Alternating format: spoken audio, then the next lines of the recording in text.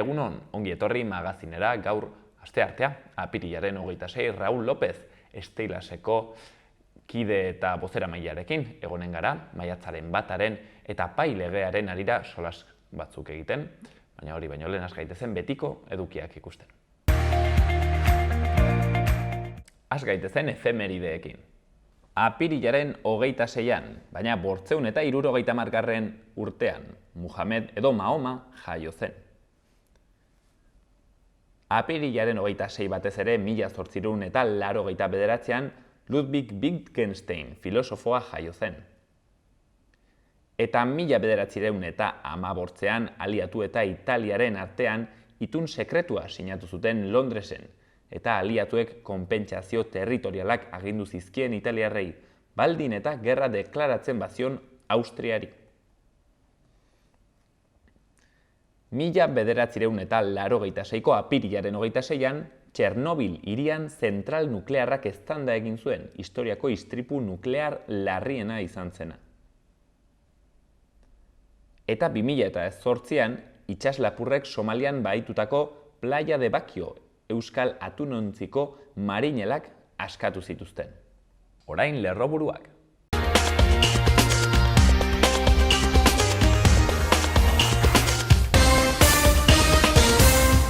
Arratsaldeon eta ongi etorri bertan berri albistegira, gaur apirilaren 26 da, asteartea, hauek dira Iruña herriak eta Nafarroak utzitako albiste nagusienak.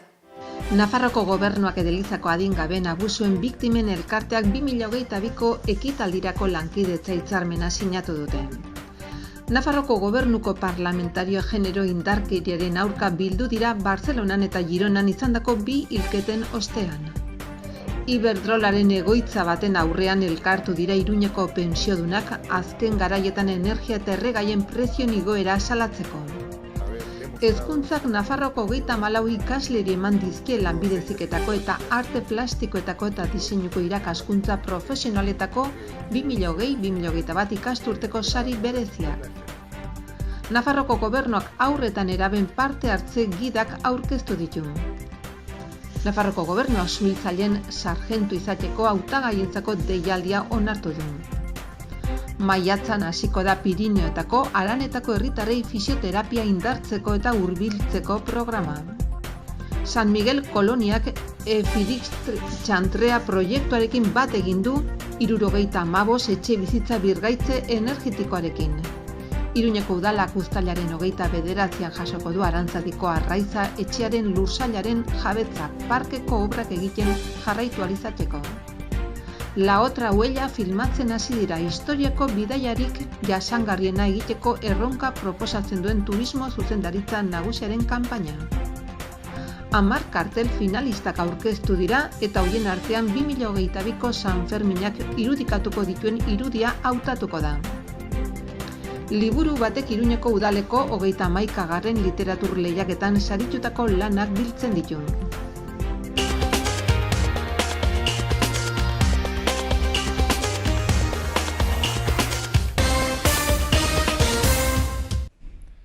Goazen agendarekin.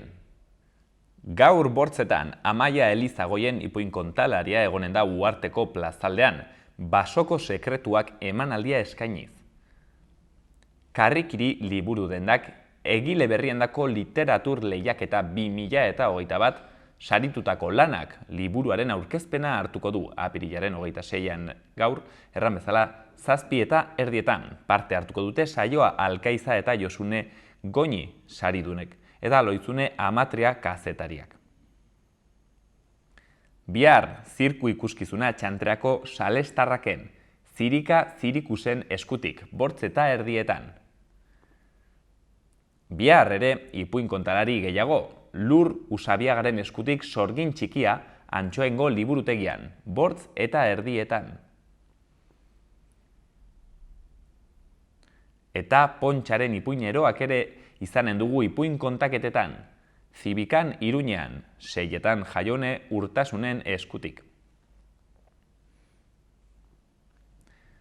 Apirilak 27 asteazkenean Alderrai antzerkia izanen da Nafarroako antzerki eskolan. Patxo Telleria dugu zuzendari eta autorea, eta Mikel Martínez eta Sandra Fernández antzezleak. Apirilako 27, zazpietan ere, espetxea eta zigorren kultura, kritika eta alternatibak solasaldia. Laba kulturgunean izanen da. Asteazkenean ere, Santi Leoneren Listor mutanteak liburuaren aurkezpena egonen da, 8etan Zaldiko Maldiko kultur elkartean. Eta kontzertua ere herriko tabernan Antton Tellariaren eskutik 8etan Nekatuak izenpean. Apirilaren 28an 6etan Ipuin kontalearia egonen da, Kamixibairekin, Isabel Salcedo. Apirilako 29 ostirala, Non dago Mikel filma proiektatuko da Noaingo kulturetxean. Ondoren solasaldia Amaia Merino eta Pitu zuzendariarekin eta Itziar Zabaltza Mikel Zabaltzaren arrebarekin. Ostiralean ere bizikleta martxa Mutiloako Eguzki plazan, 8:30. Golem Yamaguchin Obaba pelikula 7:00. Irakurle taldea, Itsu Kolpeka, Zaldiko Maldikon 7:30. Larun batean, Ogi erdia eta liburu bat ahozko narrazioa izanen da. Hain zuzen, nazioarteko liburuaren egunaren harira. Ines Bengoa izanen da, kontalaria, Josu Lizarraga akordeoia. Larun batean ere, Nomadak gaitun azoka, Euskal Herriko 26 emakume sortzaileren proiektuen postutxoak egonen dira. Eta azkenik igandean, aurrendako sormengunea, Bali Berdea. Goazen egunkarien azalekin orain. Diario de Noticias, honakoa nabarmendu dute lerroburu nagusiaren bidez. PSNek hizkuntza ikaskuntzarako programaren legea bozkatu du, naiz eta zalantza juridikoak eta tentsioa izan gobernuan. Azaltzen denez, sozialistek erreforma bizkortu dute, Nafarroako batzordeak bideragarritasunari buruzko txostena egin arte itxaron gabe. Gero abaik uste du bide horrek segurtasun juridikorik ez da sortzen duela. Legeak ere ez du EH Bilduren botoa izango. Navarrasumak bere babesa baieztatu gabe jarraitzen du. Argazki nagusian 2022ko Sanferminetako kartel lehiaketetako kartelak. Kartel bat Sanferminen bueltarako jarri dute izenburu. Bertze lerroburu batzuetan, lehen hezkuntzarako izen ematea ostiralean irekiko da, FP-rako izen ematea ostiralean irekiko da, 31 ziklo eta programa berrirekin. Iruñeak COVID terrazak luzatu ditu Sanfermin aurretik. Eta Diario de Navarra orain, PSNek bere sozio nagusia legea ez betetzeaz akusatzen du. Alzorrizek Barkosen alderdia aipatu du gobernuaren eztabaidak argitzeagatik. Argazki nagusian ere Sanferminetako 10 kartel finalistak ageri dira, eta izenburu ilusioaren kartelak. Bertzele erroburu batzuetan, ikasle eta irakasleek aurpegiak ikusten dituzte 2 urteren ostean. Lehenengo eguna musukori gabe Nafarroako eskoletan. Eta azkenik, Felipe VIgarrenak 2,6 milioi euroko ondarea du, 2,3 milioi kontuetan daude eta gainerakoa artelanetan. Gara egunkaria orain, lerroburu nagusian, diputatu espiatuek babesa eta ikerketa eskatzen dute. Maritxel Batet Kongresuko presidentearengana jotzen dute eta intrusioaren atzean nor dagoen jakiteko eta neurriak hartzeko eskatzen diote. Macronek ekainean berretsi beharko du garaipena. Boto zuriak oihartzuna handiagoa izan zuen Euskal Herrian. Argazki nagusian, Odei Barroso raperoa kontzertu batean. Lerroburuan bere hitzak, ez dut eskola zaharra ukatzen, baina probatu nahi dut berria. Eta azkenik, Estatu Batuakek dio laguntza egokiarekin Kiebek garai dezakeela. Berria egunkaria. Argazki handi batean Macron agurtzen, 3. itzuliari begira. Frantziarako presidentetzarako bozak irabazi ondoren, Macronek adierazi du herritarren mezuak entzun dituela. Le Pen lehiari eusteko prest da, eta ezkerra batasuna aztertzen hasi da asambleako bozetarako. Eta beste argazki handi batean, eskolako klase baten argazkia, klasean aurpegiak agerian. Hego Euskal Herriko eskoletan maskara erantzi ahal izan du hala nahi duenak. Bukatu baita osasun krisiaren ondorioz ezarri zen derrigortasuna. Beste berri batean, Eustaten arabera lehen hiruhilekoan 100% handitu da barne produktu gordina Araban, Bizkaian eta Gipuzkoan. Bestalde, Elon Muskek Twitter erosi du, 40.000 milioi euroren truke. Eta bukatzeko Euskal Herria irratia. Eduardo Santosen hitzak berri nagusian. Legea ez da izanen Elizaren aurkako eraso bat, giza eskubideen aldeko urratsa baizik. Nafarroako gobernuak lankidetza hitzarmena sinatu du sexu abusuen biktimen elkartearekin. Biktimen aitortzarako foru legearen beharra azpimarratu du Eduardo Santos Justizia Kontseilariak, eta Elizaren parte hartzea izanen duen adituen batzordea eskatu du. Beste berri batean, Eguesibarko bizilagunek festetako suziria nork botako duen erabaki dezakete. Eta azkenik, Donibaneko jaietako afixa aukeratzeko lehiaketa antolatu dute.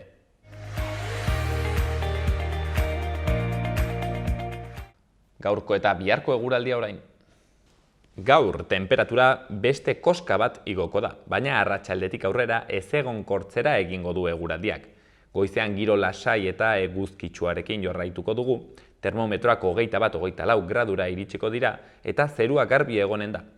Arratsaleak aurrera egiten duen heinean zerua lainotzen joango da, eta zenbait lekutan zaparrada trumoitsuak bota ditzake.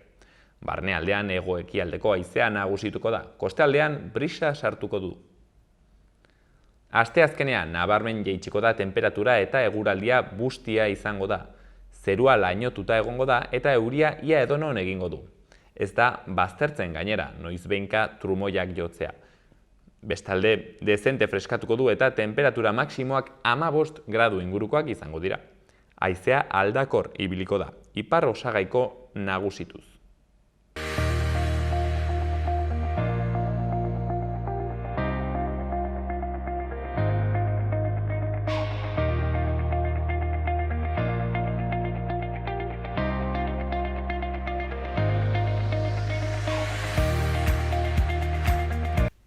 Eta gaur goizean Raúl López Steilaseko kidearekin, gaur bozeramaile lanetan, berarekin gaude. Egunon, Raúl? Baita zuri ere, zer moduz Gorka? Ongi, zure bai? Ongi. Bueno, maiatzaren bataren harira solastera eta paiaren inguruen ere solastuko gara. Lehenik eta behin, maiatzaren bata, badugu, bueno, data hori, ez, langileen egun hori, langileen, bueno, baldintzak eta aldarrikatzeko egun hori.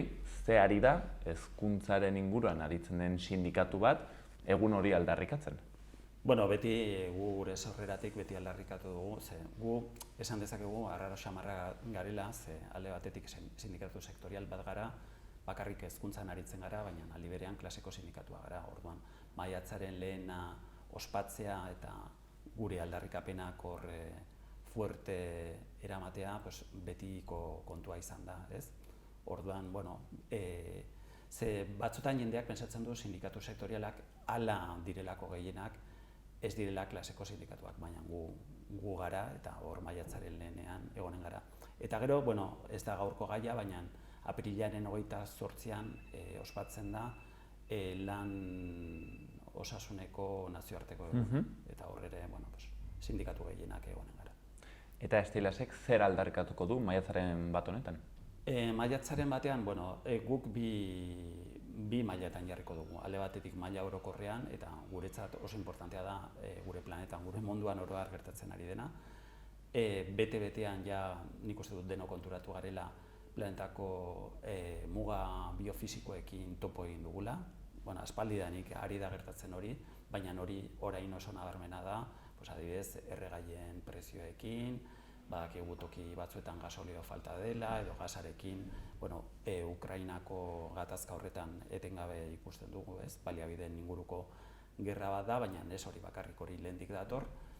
Eta zer ari da gertatzen, gaur egun posinflazio oso handia daukagu, langileon oro har jende guztiaren, baina batez ere langileongan nabaritzen da gehiago, are gehiago langile horien egoera prekarioa baldin bada, edo lanik ez dutenengan, ere hori asko somatzen da, erosteko ahalmena asko jaitsi da, ez? Eta ez dugu ikusten erosteko ahalmen hori berreskuratzeko modurik, ez? Besteak beste ikusten dugu, Nafarroako zorra gero eta handiagoa dela, Estatu Espainiarreko zorra edo frantsesekoa gero eta handiagoak direla. FMI errandu 2026 arte ez dela ekonomia errekuperatuko. Bai, hori esaten dute jendea pixka bat lasaitzeko, baina badakigu mundu edo planeta mugatu batean etengabeko hazkundea ezinezkoa dela, ez? Orduan, eta ezin dela desakoplatu hazkundea eta hazkunde ekonomikoa eta baliabideen, kasu honetan erregaien edo baliabide mineralen kontsumo eta ustiapen hori, ez? Orduan hori esaten dute, baina ikusiko dugu zer den. Horregatik oso importantea da mugimendu sindikaletik eta alde guztietatik birpentsatzea gure ekoizpen eredua, gure lan harremanak, nola banatzen dugun lana, nola banatzen dugun ondasuna, ondasun guztiak gainera, eta nola egiten dugun bizimodua guztiz aldatzeko, baina bizi maila nolabait esateagatik, hau da, kalitatezko bizi maila planetako bizilagun edo guztiok izateko. Eta kasu honetan Nafarroa garaiaz ari gara edo Euskal Herriaz ari gara, aber nola egiten dugun hori, ez? Elikagaiak ziurtatu eta zaintzak, ez? Osasuna, hezkuntza eta eskubide bereziek dituzten horiek nola bermatzen. Bizitza erdigunean erran izan den hori. Bai, eta ikuspuntu ekofeminista batetik, ez? Nola egiten dugun benetan, diskursoetatik realitatera pasatzeko. Badakigu zenolako sistema dugun gainean, badakigu sistema politikoa horren zerbitzura dagoela, eta zaila da baita ere sindikalgintzatik, igual guretzat, esan nahi dut, denok ezkerretik eta denok hitz egiten ari gara hontaz, baina, klaro, autogintzan edo eraikuntzan aritzen baldin bazara, agian gai batzuk planteatzea zailagoa da, ez? Ze jarduera ekonomiko batzuk agian ez dute zentzu handirik gaur egun ja eta hemendik gutxira are gutxiago. Baina hori sindikatu bezala, nahiko gatazkatsua da edo problematikoa, ez? Sindikatuak, normalki egiten duten lana, ez? Lanpostuak defendatzen eta hemen ari gara erraten, kontuz, agian lanpostu batzuk aldatu behar dira behintzat. Aldi berean, hori, adibidez, hezkuntzan gero mintzatuko gara hortaz, hezkuntzan lanpostu horiek defendatuko ditugu eta gainera esanen dugu lanpostu gehiago sortu nahi ditugula edo gutxienez eutsi diogunari, ez? Eta hori da ratioak jaistea eta gero beste kontu bat da nola egiten den. Eta adibidez, nola edo zertan inbertitzen diren aurrekontu publikoak, ez? Hor dugu abiadura handiko trena, ez dakigu inoiz martxan jarriko den, edo hor dugu adibidez esako urtegiko presa berri hori, ez? Ja 700 eta ez dakiz zenbat milioi euro gastatu dituzte eta ez dakigu hori azkenean martxan jarriko den edo urtegi osoa hustu beharko den. Hor dago irakasleen dirua? Bai, irakasleen dirua eta medikoak eta erizainak eta bar edo osasungintzan aritzen diren langile guztiak ordaintzeko, ez? Nola egiten dugun hori dena banatzeko, jende guztiak lana izateko, denbora librea izateko, zaintzak, denok zaintzan eman behar dugun denbora, bai gu zaintzeko, ingurukoak zaintzeko eta ingurumena zaintzeko, ez? Eta bide batez parte hartzeko prozesu kolektiboetan, ze osasungintza ez da bakarrik profesionalen kontu bat, edo gu elikatzea ez da bakarrik hor baserritarren edo nekazarien abeltzainen kontua, baizik eta denon kontua da. Orduan, horregatik aldaketa oso sakonak eman behar dira eta kontua da nola egiten dugun. Hori prozesu kolektiboa izan behar da eta ez du laguntzen, ez? Etengabea ditzen dugun problema guztiak datuzela Ukrainako gatazkatik edo edo Covidetik gertatu diren desfaseak eta desakopleak eta ez dakiz zer, baina badakigu arazo asko zer sakonagoa dela. Ez dela koiunturala erraten den bezala, ez? Aldikakoa, ezik eta hemen dela, prozesu luzeago eta zabalago baten. Bai, eta gainera batzuen harridurarako uste zena baino azkarrago gertatzen ari da. Raul, krisia dator? Nik uste baietz, ez? Osea, krisia datorrez, krisian gaude, ez? Nik uste dut, 2008tik aurrera, 2010ean, adibidez, langile publikoei soldata dezente jitsi ziguten, gero izoztu, orduan, adibidez, erosalmenaren inguran hitz egiten ari ginen, oroar, igual, 18% galdu genuen, eta aurten bakarrik beste 7% bat, 7-8%.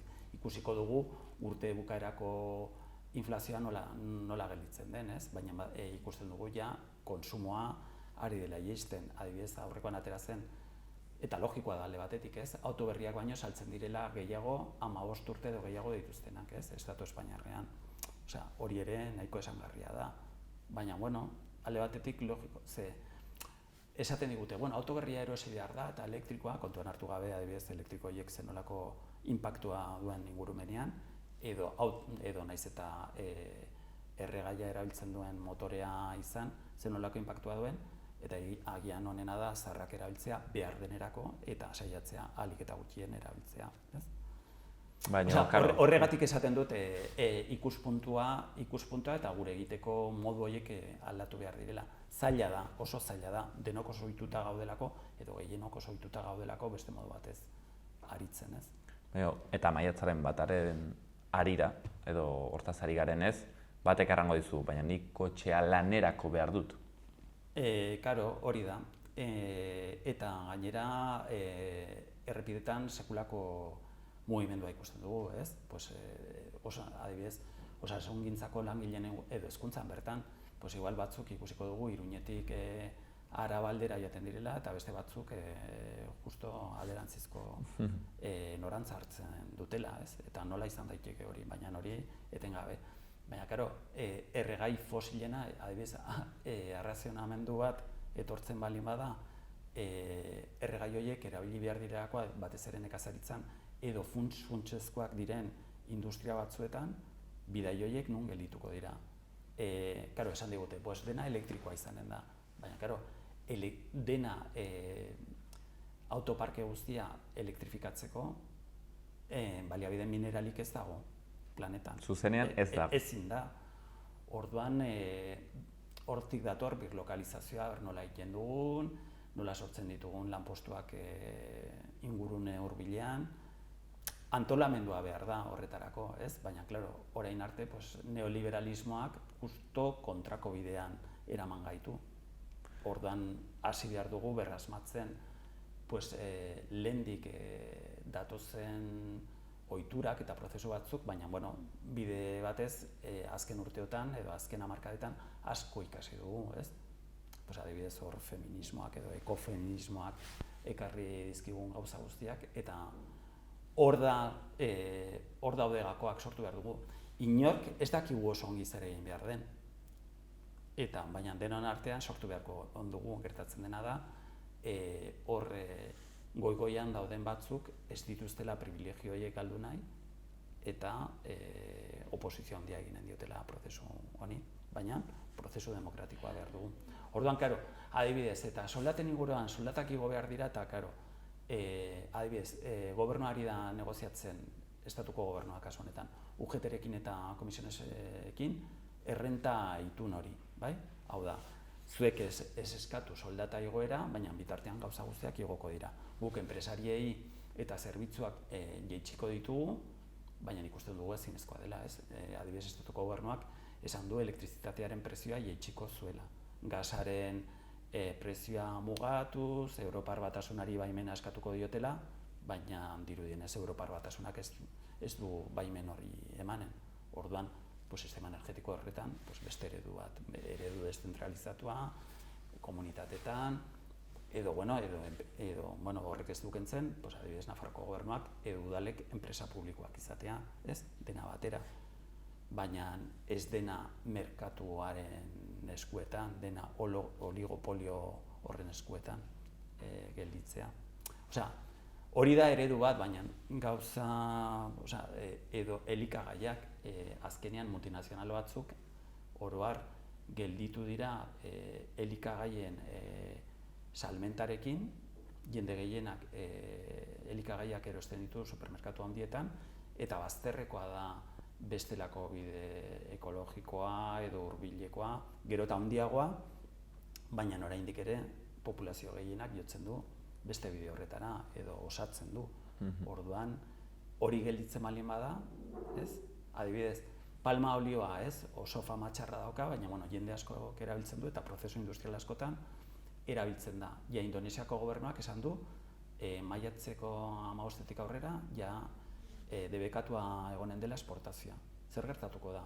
Gauza bera ikusi dugu, Hasteko prezioak igo. Igo eta gainera ez egotea.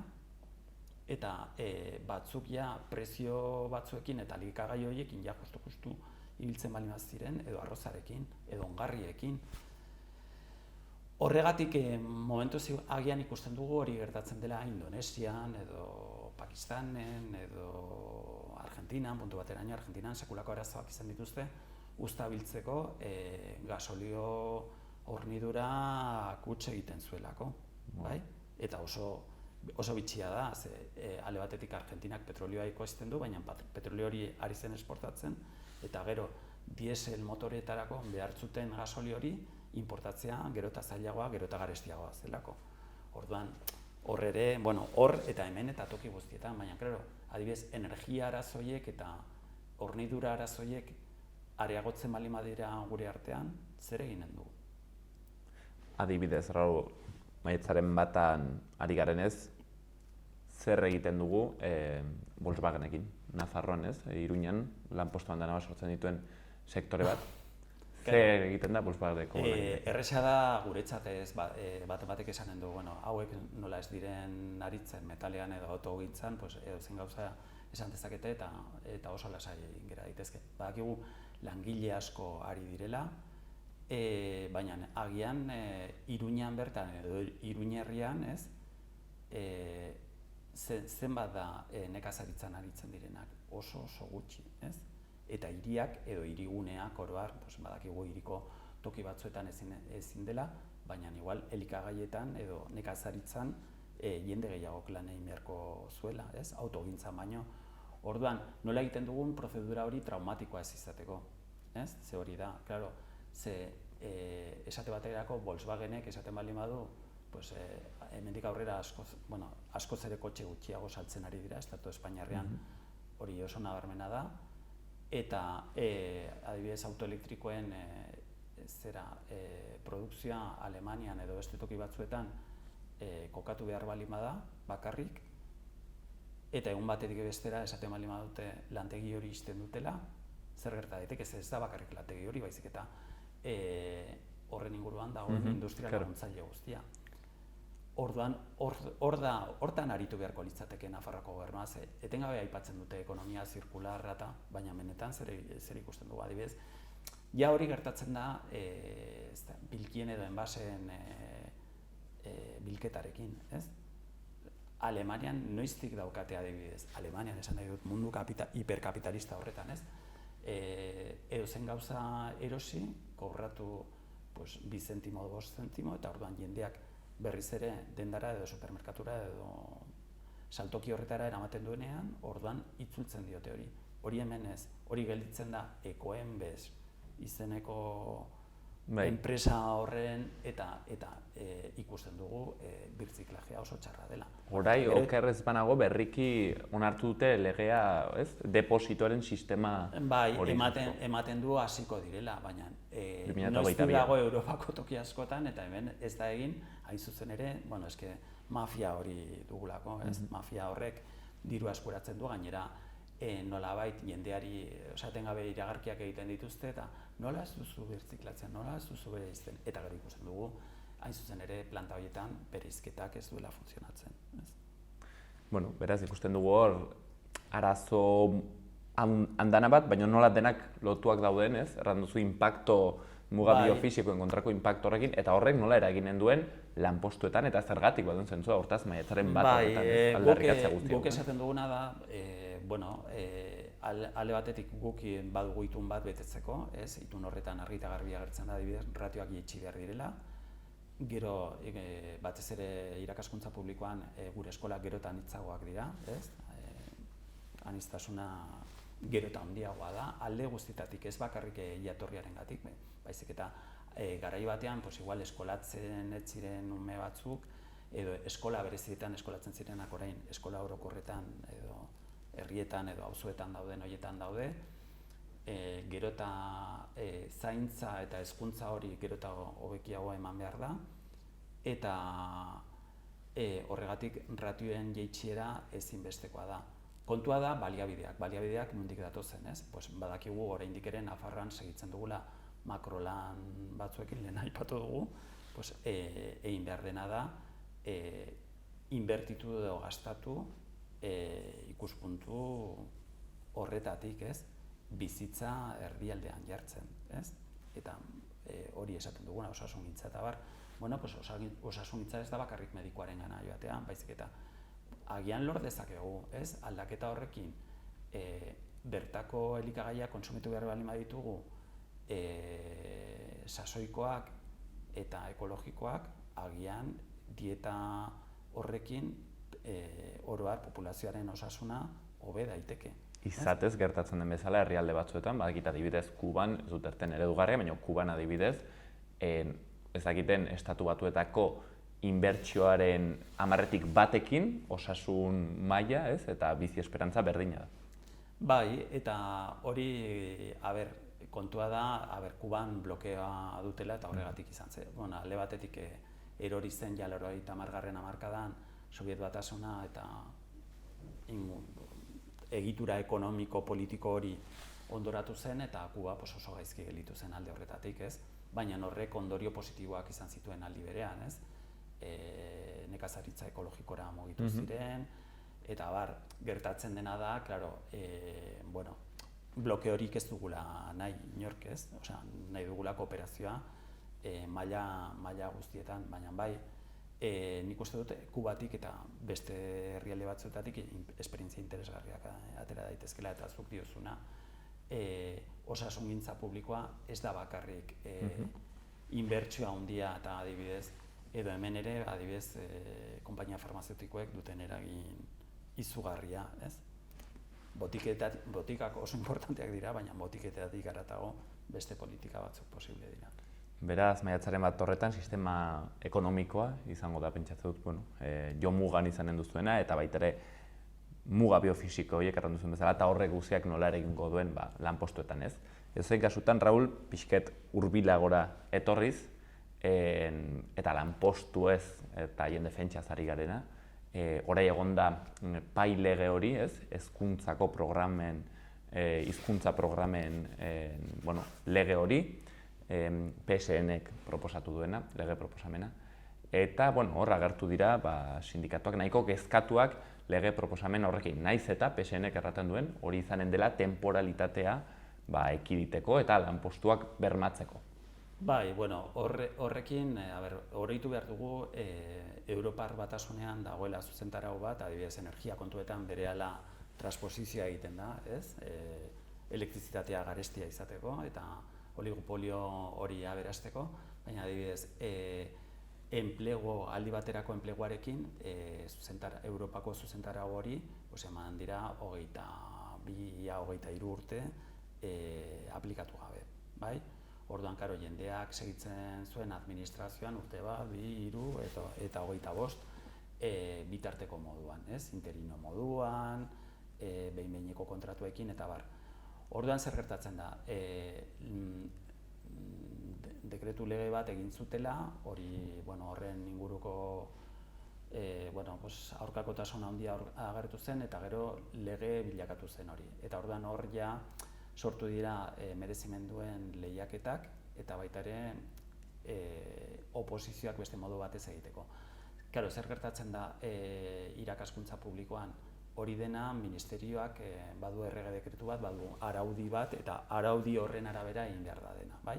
Baina ikusten ari gara, araudi horren interpretazioa asko aldatzen dela, adibidez, EAEn, Araba, Gipuzkoan eta Bizkaian, gauza batzuk egiten ari dela, eta Nafarroan beste bide batetik doa asuntoa, eta Rioxan, eta Aragoin, hemen ez da deus ere negoziatu, ez dakigu zein izanen diren lanpostu horiek, baina bide batez, agertu da, lege bat, foru lege bat, orain azken momentuan, hau dena ja prest egon behar da maiatza bukatu baino lehen, orduan urgentziako prozeduraz eztabaidatuko dute parlamentuan, asmoa dute berehala bozkatzeko, eta zer esartuko dute. Lege bat, eta lege horretan inglesa eta alemana eta frantsesa, baina batez ere inglesa, izanen da eskakizuna, hau da, ingleseko C1 edo C2 titulu bat ez baldin baduzu, ezin zara aurkeztu oposizio horretara. Orduan, zer gertatzen da inglesarekin, Nafarroako hizkuntza ofiziala bilakatzen dela. Bai? Beti ari dira euskararekin, euskara baztertzailea dela, euskara ezin dela baloratu merezimendu gisa, bai? Eta orain, ezinbesteko baldintza izanen da oposizioara aurkezteko ingleseko titulua izatea. Aluzinantea da. Gero, Nafarroan bakarrik dago lege hori, Nafarroan 2017ko lege bat da, gainera Carlos Jimeno PSN-ko kontseilariak aurkeztu zuen hori parlamentuan eta aurrera atera zen, aurreko lege egintzaldian, non proba guztiak egin behar dira gero irakatsi behar den hizkuntza. Adibidez, euskarazko lanpostu baterako oposizio baldin bada, dena egin behar da euskaraz. Eta gaztelaniaz baldin bada, dena gaztelaniaz. Helburu hori zen, zerrenda bakarra edo integratua alde batera uztea. Ze hori zen, aldaketako alderdiek proposatzen zutena, batez ere EH Bilduk eta geroa bai. Hori alde batera gelditu zen. Baina orain, ingleseko titula eskatuko da, baina gero probak eginen dira, azterketak eginen dira gaztelaniaz. Hori erabat kontraesankorra da. Orduan, bildur gara, hori ez ote den inkonstituzionala alde batetik atzerriko hizkuntza bati ematen zaio bertako edo hizkuntza ofizial baten estatusa, hori alde batetik, eta gero bi kidego edo sortuko direlako. Alde batetik, irakasle, orain arte funtzionario bilakatu diren irakasleak daude estatuko araudiaren arabera, eta gero bakarrik Nafarroan egonen den araudi batekin sartuko dira beste batzuk. Orduan, estatuko funtzionarioak eta Nafarro. Hori ja konstituzionalean eta auzitegi gorenean bada horren inguruko jurisprudentzia eta esaten du hori ez dela, oposizio batzuk atzera bota dira horrengatik. Orduan, horrekin ere nolabait egonkortze prozesu guztia, horrez daude bakarrik paiko lanpostu horiek, beste batzuk daude, ez dakigu zenbat lanpostu diren, ez digute esan eta ez dute esan nahi, ematen du gutxi izanen direla, hori dena arriskuan jar daiteke, helegiteak errekurtsoak egon daitezke, eta ikusiko dugu nola bukatzen duen. Horregatik gaur bertan elkarretaratze bat egin dugu, bihar parlamentuan hitz eginen dugu, baina ja ostegunean bertan lege horren lehenbiziko bozketa eginen duten. Ezakit, Raul, hala ere, temporalitatea arazo bat izanen da kaso postu horietan, zer egiten alda temporalitate hori akitzeko edo egoera hori hobetzeko? Bai, esaten digute gezur pilo bat azaldu dituzte. Alde batetik esaten dute pain behin-behinekotasuna dela 170%koa, baina kontuan hartu behar dugu hezkuntzan oro har, eta hauek dira 2020ko datuak, aurten 2022an altuagoak izanen dira 154%koa zen. Etapa eta eredu guztietan, bai? Karo, alda daiteke eredu batetik bestera, edo etapa, ez da gauza bera, haur hezkuntza eta lanbide heziketa, ez? Eta lanbide heziketan ere, segun eta espezialitateen arabera, edo ikastetxeen arabera, edo kontserbatorioan, ez? Baina ikusten dugu bitartekotasuna, interinitate tasa oso altua dela, eta orduan horri aurre egin behar zaio, baina karo, zer esaten digute departamentutik? Inongo daturik gabe esaten digute, lanpostu gehienak ez direla egiturazkoak, ez direla estrukturalak, bai? Baina datuak eman gabe, bai?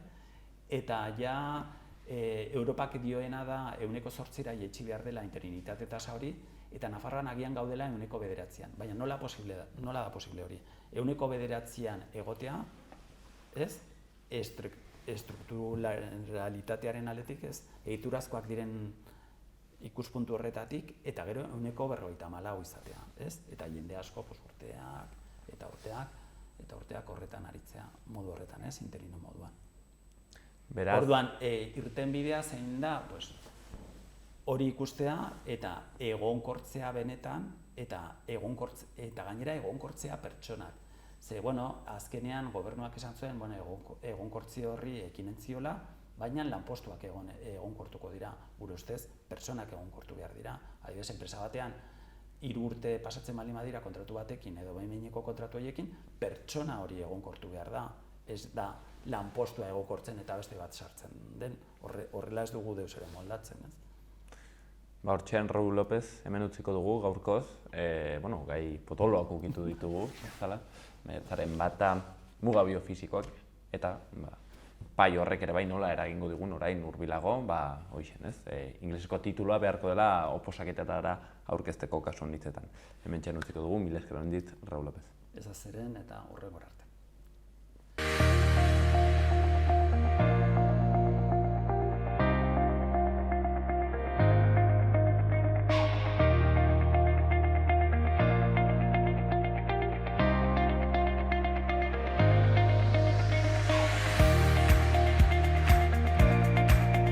Eta orain Iruñerriko udaletako berriak. Eguesibarrekin hasiko gara. 2022ko apirilaren 26tik maiatzaren 10era, Eguesibarko kirol eskoletako 2022-23 denboraldirako izen emateak berritu beharko dira. Horretaz gain, Eguesibarko udal aurre eskolen esparruan oinarrizko gutxieneko zerbitzuak arautzen dituen ebazpena atera da. Eta ondoko berriare atera dute, bozkatu zure proposamen gustokona Sarrigurengo jaietako suziria botatzeko. Eta Eguesibarko agendarako suizidioa fenomenologia eta oinarrizko esku hartzea tailerra egonen da apirilaren 28an eta Booktuber tailerra apirilaren 29an. Eta Iruñeako udalean zer berri. Kondestable Jauregiak 2022ko San Fermin lehiaketarako 10 kartel finalistak hartuko ditu gaurtik aurrera. Kartel horien artean, herritarrek edizio berri honetan jaietako irudia aukeratu ahal izango dute 2 urtez kanpoan egon ondoren. Maria García Barberena kultura eta berdintasun zinegotziak epaimaieko kideekin batera epaimai teknikoak aukeratutako 10 kartelen berri emanen du. Une horretatik aurrera, herri bozketa irekiko da eta maiatzaren 4 arte egin ahal izango da. Iruñeko udalak Aingeru Aralarkoaren irudia jasoko du astearte honetan apirilaren 26an, 8 eta erdietan. Urtero bezala, udaletxera bisita Iruñera iritsi eta hurrengo egunean egiten da. Pazko astelena baino astebete geroago. Hiriko sarrera ofizialetik takonera atariaren bidez, Aingerua eta bere eramailea Nafarroako hainbat herritan zehar ibiltzen dira. San Miguel koloniak Efidistrict txantrea proiektuaren bat egiten du, 75 etxebizitzen birgaitze energetikoarekin. Juan Jose Etxeberria, zinegotziak eta Alberto Bayona Nasubinsako zuzendaria kudeatzaileak auzoko bulegoari buruzko lankidetza hitzarmena berritu dute.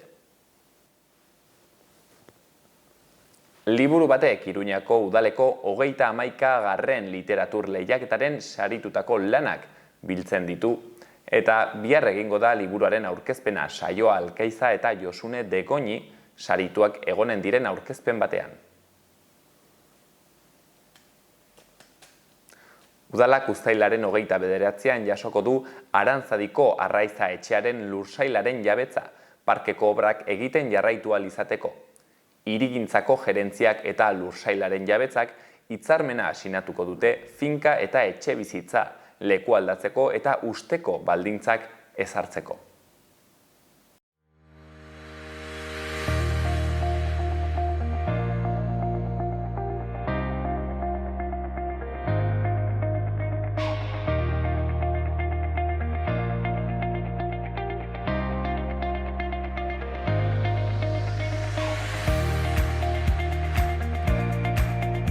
Mil esker gaur ere magazinean egoteagatik, hau izan da dena gaurkoz, bihar gehiago. Eta oroitu, esaera zarrak erraten duen bezala, baneuka eta balitz elkarren ondoan dabiltz.